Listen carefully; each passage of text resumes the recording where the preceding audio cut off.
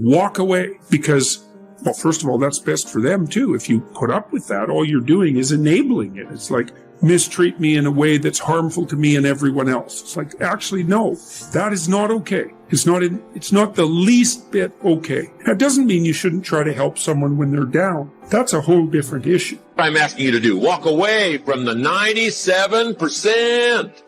Don't use their vocabulary. Don't use their excuses. Don't use their method of drift and neglect. Won't even walk around the block for their hell. Walk away and join the 3%. Here's how you know if someone's your friend. A, you can tell them bad news and they'll listen. They won't tell you why, you're stupid and why that bad thing happened to you and how something worse happened to them once.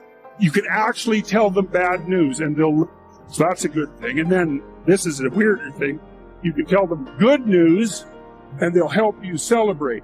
And that's a really good way of deciding who you should have around. Your phone calls, your text messages, your emails, any form of communication from these negative, jealous, evil, dysfunctional people. And so you want to surround yourself, you got to think about this. You got to surround yourself with people who want the best for the best part of you. You can hang around with weasels and losers that are trying to pull you down to justify the fact that they're spiraling downhill as well. And the upside of that is you don't have to have any responsibility. You can all whine about how wretched life is, so that's pretty attractive.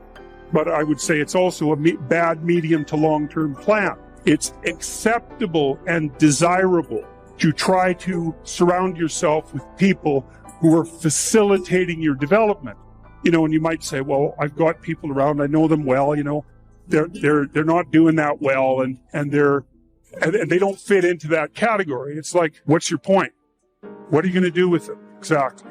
If they'll listen and cooperate with you and move towards a better future, great. If they don't pay any attention and they keep doing the same damn things over and over and they're not going anywhere and it's painful, then maybe the proper thing to do is say, you just have your misery. I'll go off and have my life. Where's problems? Where's pain? Where's dysfunction? You do not have to decide to sign up for anything. It's called happy holidays, not horrible holidays. It's called Merry Christmas, not miserable Christmas. It's called Happy Thanksgiving, not horrible Thanksgiving. It's called Happy Birthday, not fake happy people who are jealous, envious, talk behind my back, spread all my business, stab me in the back, jealous and envious. Maybe you'll wake up at some point and think that's a better way of being, because just putting up with it is, they call that enabling, right? You put up with that sort of behavior, you're providing tacit consent for it and even tacit approval. It's a bad idea. You have, I would say, both the right and the responsibility to surround yourself with people who are good for the best part of you. When I say I love myself, it's not in an egotistical, narcissistic way. I love myself enough to say that I am not going to purposely walk in the direction of pain, drama, dysfunction, evil, and malicious people. I want you to decide today, beautiful woman, powerful man, doesn't matter what your race, nationality, doesn't matter how much is in your account.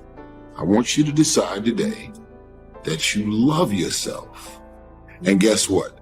When you cut off people, things, and situations that no longer belong in your life, you don't have to have issues. It's not about somebody stealing something from you or this and that.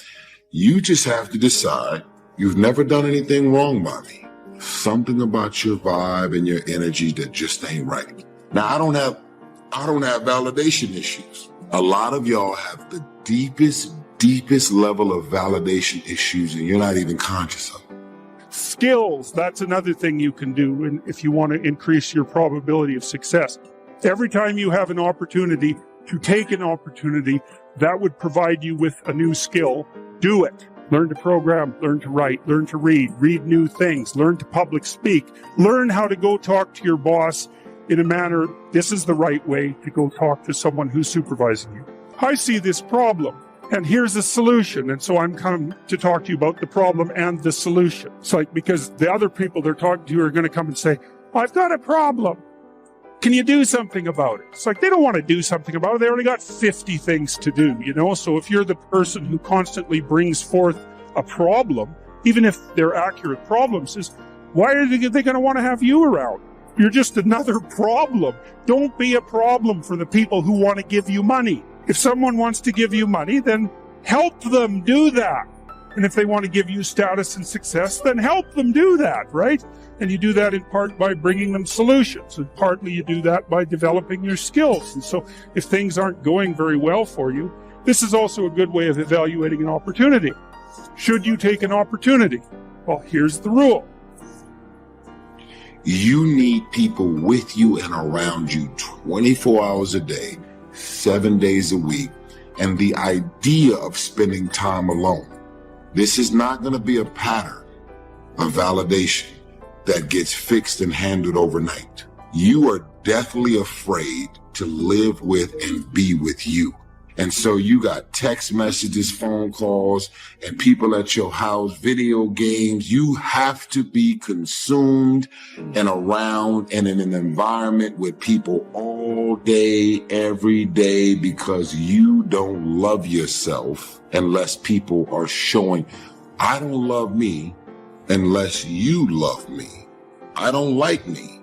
I don't enjoy my company unless I'm spending time with somebody and I'm in the company of other people.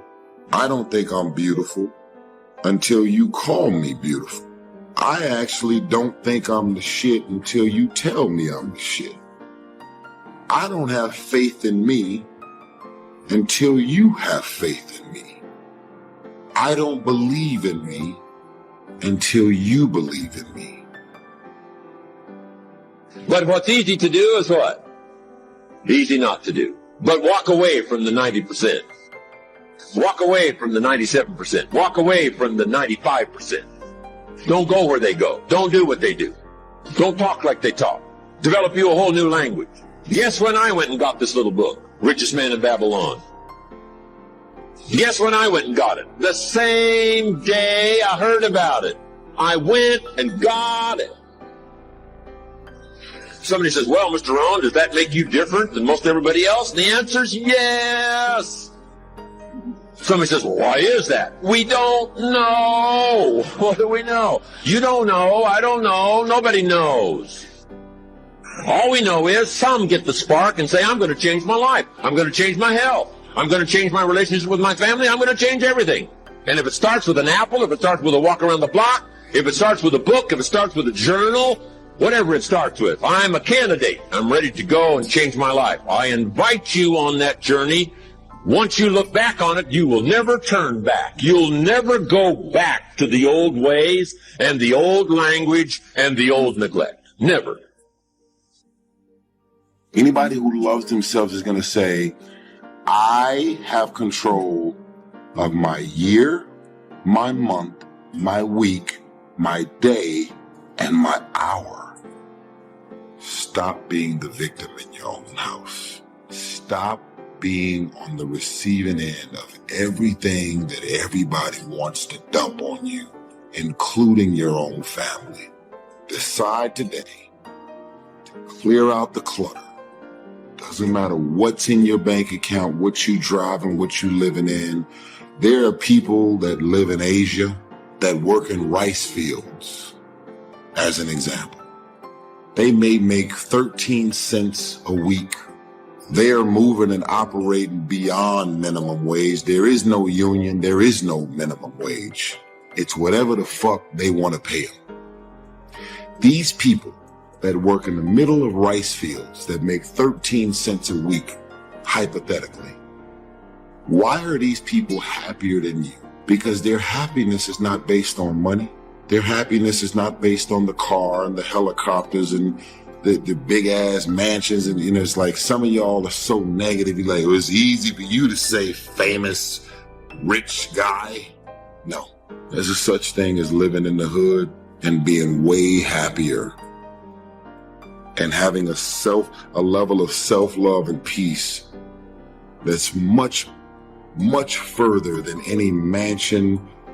And That's better than wealth, by the way. In fact, it actually constitutes wealth, because wealth constitutes what you have when someone takes all your money away, right? That's real wealth. And so the way that you build up that sort of wealth is you turn yourself into someone who's competent in multiple directions. And you can be doing that all the time, right? Especially with the kind of technology that you people have access to. I mean, you can learn anything you want whenever you want. So what a good deal that is, man. And so there's easy fruit hanging that you could pick, and I would recommend that you do that. You did not choose to go after your dreams, and you have to be okay with that. Now, what I would like to encourage you to do is to make the right choice. I encourage you to face your fears and pursue your dreams.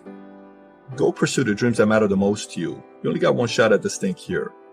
And if it works out, man, it's going to feel so good for you. And if it doesn't, at least you had the courage to make that decision. I hope you make the right choice.